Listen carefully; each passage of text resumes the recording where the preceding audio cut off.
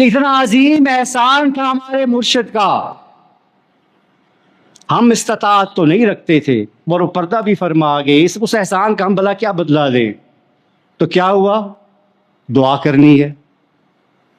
और कब तक करनी है, दिल कब मुतमईन होगा, हो ही नहीं सकता, इतना बड़ा एहसान है, यानी सारी जिंदगी करनी।